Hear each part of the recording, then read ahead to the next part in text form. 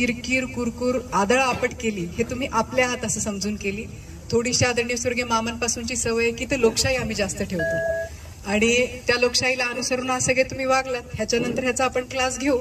पण एवढं निश्चितपणे सांगते की आपण पक्षात प्रवेश केला मागच्या महिन्यात, पण तुमच्यापैकी प्रत्येकाला मला आवर्जून सांगायचं की मागच्या 6-7 महिन्यांमध्ये मकाईच्या बाबतीमध्ये जेवढी मी पळाली असेल, जेवढे दिग्विजय बागल पळाले असतील, जेवढे आपण सगळे पळालो असू, काहीही कारण नसताना, म्हणजे त्यावेळेला आम्ही पक्षात सुद्धा नव्हतो, तरी सुद्धा आपल्यासाठी 8 तास तिथं वेटिंग करणारी व्यक्ती आज आपल्याला इथं उमेदवार म्हणून मिळालेली आहे.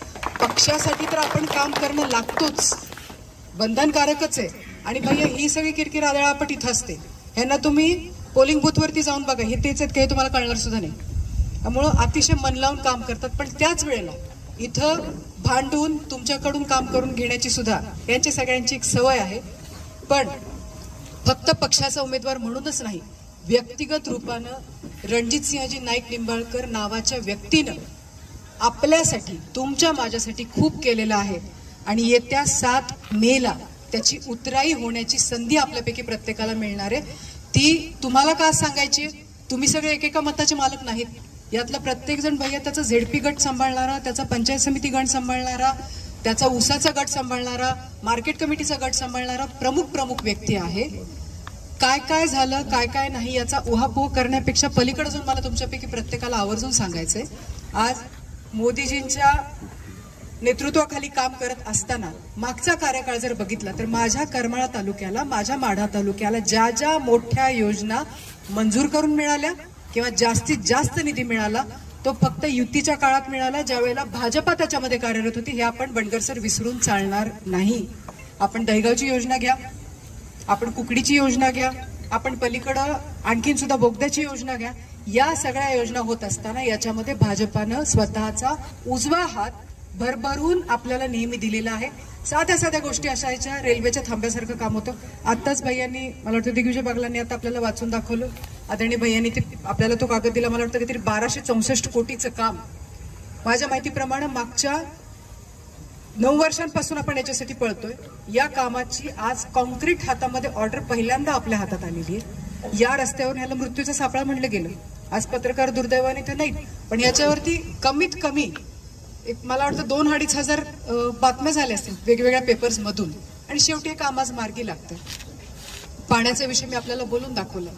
लाईटच्या बाबतीमध्ये सुद्धा आज करमाळा तालुक्यामध्ये रायगावचं नवं काम हातात घेतलेलं आहे. बाकी गोष्टी आहेत, रस्ते, पाणी आणि लाईट, या 3 गोष्टी एकदा शेतकऱ्याला मिळाल्या ना भैया, हे वाटेल त्या बाकीच्या गोष्टी स्वतःच्या खर्चातून शेतकरी करू शकतो. आणि निश्चितपणे हे भाजपाचं सरकार मोदी साहेबांच्या नेतृत्वाखाली, आदरणीय फडणवीस साहेबांच्या नेतृत्वाखाली नक्कीच आपल्याला तो उजवा हात देणार आहे. याच्या बाबतीत आपल्यापैकी कुणीही मनामध्ये शंका आणण्याचं कारण नाही. छोटे पेल्यातले वादळ आहेत, मला वाटतं त्याच्यामध्ये इथं काही बोलण्यात अर्थ नाही. प्रत्येकानं आपलं काम जर नीट केलं तर निश्चितपणे येत्या काळामध्ये ही निवडणूक आणखीन सोपी करण्यासाठी आपण आपल्या उमेदवारांना, आपल्या पक्षाला मदत करू शकू. जो सोशल मीडियावरती आज कार्यरत आहे त्यानं त्या पद्धतीनं काम करावं, जो लोकांमध्ये जातो आहे त्याने त्या पद्धतीनं काम करावं. दुर्दैवानं भैया ज्या दिवशी आपली बूथ कमिटीची मीटिंग होती, मला ती काही अटेंड करता आली नाही. आपली प्रदेशची मीटिंग त्या दिवशी लागली, पण मी आता सांगितलेलं आहे की आता आम्हाला आमच्या लोकसभा मतदारसंघामध्येच ठेवा, इथंच आम्हाला काम करू द्या. त्याच्यामुळे आम्ही सगळेजण त्या दृष्टीने लक्ष देऊ. बूथ कमिटीच्या बाबतीत सुद्धा जगदीशजी असतील, गणेशजी असतील, दीपकजी असतील, दिग्विजयजी असतील, सगळ्यांनी मिळून त्या दिवशी नियोजन केलेलं आहे, बघितलेलं आहे. पण पुन्हा एकदा एक थोडा असा विषय होता की जुना नवा असा फरक नाहीच, हे सगळे पक्षाचे कार्यकर्ते सगळे, आणि शिस्त पहिल्यापासून आपल्याला होती आहे आणि राहील. या शिस्तीला अनुसरून आपल्या गावामध्ये तुमच्यापैकी प्रत्येकाचं एकत्रीकरण झालंच पाहिजे. तुमच्या वॉर्डामध्ये तुमच्यापैकी प्रत्येकाचं एकत्रीकरण झालंच पाहिजे. छोट्या गोष्टी असतील, तुमच्या आवाक्याच्या बाहेरच्या असतील, आम्हाला सांगा. आपल्याला प्रचार हवेतला, उड्डाणातला अजिबात करायचा नाहीये. अशा पद्धतीने यंत्रणा राबली पाहिजे. मी महाविजय 2024ची पुस्तकं इथं आणलेली आहेत. याच्याशिवाय असं होतं की झालेलं असतं पण आपल्याला माहित नसतं. आपले शेजारी मिळाले पण आपल्याला माहित नाही. ज्या लाभार्थींना करमाळा तालुक्यामध्ये माड्याच्या 36 गावांमध्ये लाभ मिळाला भाजपाच्या काळामध्ये, तर प्रत्येकाची यादी आपल्याकडे आहे. यादी तुमच्यापैकी प्रत्येकाला दिली जाईल. व्यापाऱ्यांचा संपर्क मोठा असतो, त्या सेलच्या माध्यमातून, ओबीसी सेलच्या माध्यमातून, महिला मोर्चाच्या माध्यमातून आपल्यापैकी प्रत्येकाला आपल्या आपल्या गावाची यादी घेऊन तिथल्या शक्ती प्रमुखाची मदत घेऊन तिथला आपला पन्ना प्रमुख निवडून आपल्याला घराघरामध्ये जाऊन हा प्रचार करायचा आहे. मोठ्याल्या सभा तर भैया आपल्या होतीलच, तो प्रचार तर आपण निश्चितपणे करूच, पण सगळ्यात महत्वाचं आहे जवळचा माणूस जे सांगतो ते ऐकलं जातं. आपल्या प्रचाराचा ताण हा आपण घ्यायचा आहे. उमेदवारांना किंवा पार्टीला वरती काळजी वाटू नये ह्याची काळजी आपण घेऊ. ही ग्वाही तुम्ही सगळे आहात म्हणून तुमच्या सगळ्यांच्या वतीनं देते. मताधिक्य सांगणं मला वाटतं हा माझी भूमिका नाही, ती लोक ठरवणार आहे. पण मी निश्चितपणे सांगते भैया की ह्या करमाळाला म्हणजे कमला भवानीला स्मरून मी सांगते की यांना चांगल्या आणि वाईटाची जाण खूप चांगली आहे. आपण जे आतापर्यंत आमच्यासाठी केलेलं आहे, रेटेवाडीसारखा प्रश्न आहे, दुसऱ्या कुठल्याही पक्षाने आतापर्यंत उचललेला नाहीये, आपल्या पक्षाने उचललेला आहे. छत्तीसगडमध्ये बेंदोड्याच्या पाण्याचा विषय असेल, कुठल्याही पक्षाने विचार केलेला नाहीये, आज भाजपा त्याचा विचार करतोय.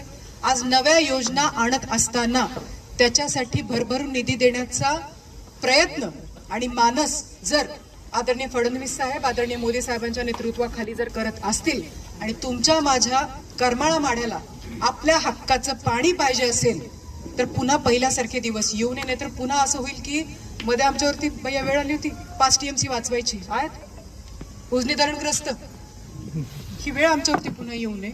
माझा मांगी तलाव कोरडा राहू नये, माझं कोळगाव धरण कोरडं राहू नये. आजही हे सगळं जरी भरलं तरी तालुक्याचा जो साधारणपणे 30 ते 35% भाग थोडाफार प्रमाणात आणखीनही बिना सिंचनाचा राहतोय, हा सुद्धा रेटेवाडीच्या माध्यमातून कसा कव्हर केला जाईल. आपण मागच्या वेळेला इथं बसलेल्या उमेदवाराला मदत केली नव्हती, आपण त्यांना काहीच दिलं नाही. त्याच्यामुळे आज आपण त्यांना मागितलं, त्यांनी मोठ्या मनाने ऐकून पण घेतलं. म्हणजे इतकं मोठं मन नसायला पाहिजे खरं म्हणजे. आपण त्यांना मदत केली नव्हती, आपण त्यांच्या पाठीशी उभं राहिलो नव्हतो, तरीही कुठलीही अट न टाकता मागं सुद्धा जी पत्र दिली गेली ती सगळी पूर्ण केली गेली. मला वाटतं इथे त्याचे साक्षीदार आहेत. वांगीचे आहेत का? वांगीकर किती निधी मिळाला आणि मदत केली होती आपण? अरे आपण मतं दिली होती नव्हती. तर हे काही ठिकाणी आहे जिथं मागितलं तिथं मिळाला, आता नाही मागितलं तर त्याची चूक नाही. मला स्वतःला विश्वास आहे त्या दिवशी स्टेजवरती हे वाक्य खास करून बोललं गेलंय, पुन्हा पुन्हा बोललं गेले की पार्टी तुमची काळजी घेईल.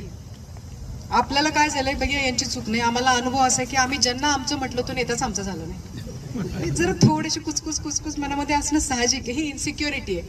ज्यांचं काम केलं, ज्यांना भरभरून दिलं, ज्यांच्याकडून अपेक्षा न करता आम्ही त्यांच्या पाठीशी राहिलो, ऐन वेळेला तिथून पाठीत खंजीर खुपसून घेण्याची आमच्यावरती वेळ आली. त्याच्यामुळे या सगळ्यांना ते अनुभव लक्षात आहेत म्हणून हे बोलतायत. पण मी पार्टीच्या वतीने सांगते की मला स्वतःला विश्वास आहे, तुम्ही खूप कमी मागताय. या वर्षीचं देणं आपली पार्टी आपल्यासाठी काय करणार आहे हे मी आज बोलून दाखवणार नाही. भविष्यामध्ये आपण सगळे एका स्टेजवरती असणार आहोत, त्याला तुम्ही सगळे असणार आहात आणि तेव्हा तुम्ही म्हणाल की आम्ही मागितला होता एक डोळा, एक 5-25 डोळे दिले म्हणतील. आणि निश्चितपणे हे होणार आहे. मनामध्ये अजिबात काळजी किंतु ठेवू नका. आजपासून कामाला लागा. स्वतः ग्वाही द्या की आजपासून मी रणजितसिंह नाईक निंबाळकर म्हणून इथला प्रत्येक माणूस कामाला लागलाच पाहिजे. ही सूचना, हा मनतो इथून की तुमच्यापैकी प्रत्येक जण जाईल अशी विनंती वजा सूचना तुमच्यापैकी प्रत्येकाला करते. नव्यानं एकमेकांना समजून घेताना काही गोष्टी घडतील, थोड्या चुका होतील, त्याचा त्रास वरती देऊ नका. आम्ही इथं आहोत.